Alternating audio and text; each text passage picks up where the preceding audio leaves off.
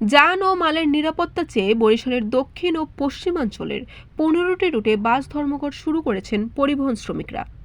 বুধবার সকাল থেকে এই ধর্মঘট শুরু হওয়ায় এ রুটে চলাচলকারী যাত্রীদের চরম ভোগান্তি পোহাতে হচ্ছে।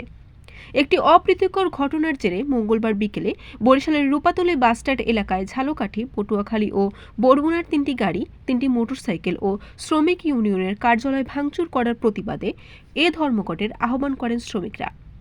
ধর্মঘট শুরু হওয়া রুটগুলো হলো বরিশাল খুলনা, পিরোজপুর, মঠবাড়িয়া, পাথরঘাটা, ভান্ডারিয়া, ঝালকাঠি, নলছিটি, বেতাগী, বরগুনা, লেবুখালী, বাউফল, দশমিনা, পটুয়াখালী, আমতলী ও কুয়াকাটা। এসব রুটের 8টি মালিক সমিতির নেতৃবৃন্দরা শ্রমিকদের ডাকা ধর্মঘটকে সমর্থন করেছেন।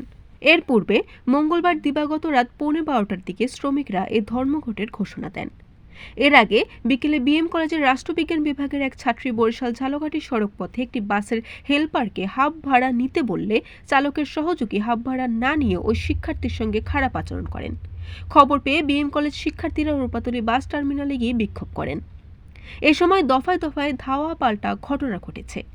শিক্ষার্থীরা বাস শ্রমিক ইউনিয়ন কার্যালয়ে বাস ভাঙচুর ও শ্রমিকদের উপর হামলা করে বলে অভিযোগ করেন শ্রমিক ইউনিয়নের নেতারা।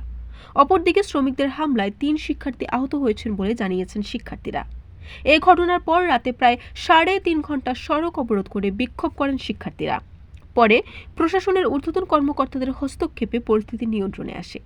এই ঘটনার পর রাতে যানমালের নিরাপত্তা চেয়ে বাস ধর্মঘটের ঘোষণা দেন শ্রমিকরা। বরিশাল নিউজ।